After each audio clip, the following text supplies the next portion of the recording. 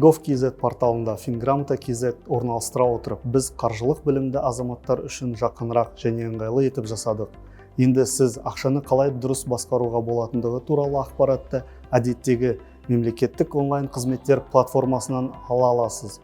Бұл уақытты үнемдейді және халықтың барлық топтарына артық әрекетсіз қажетті білім алуға көмектеседі.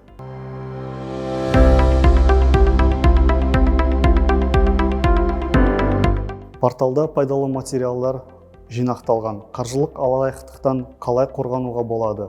Қарыз болған кезде не істеу керек? Банктік және сақтандыру қызметтеріне қалай пайдалану керек? Отбасылық бюджетті қалай жүргізу қажет? Және де тіпті неден инвестициялауды бастау керек?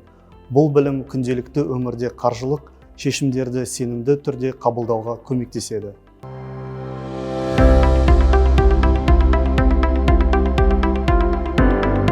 Fingramota.kz жобасын қаржы нарығын реттеу және дамыту агенттігі әзірледі. Біздің мақсатымыз халықтың қаржылық сауаттылық деңгейін арттыру, адамдарды жеке қаржыға жауапкершілікпен қарауға үйрету және қаржылық қызметтерді тұтынушылардың құқықтарын қорғау.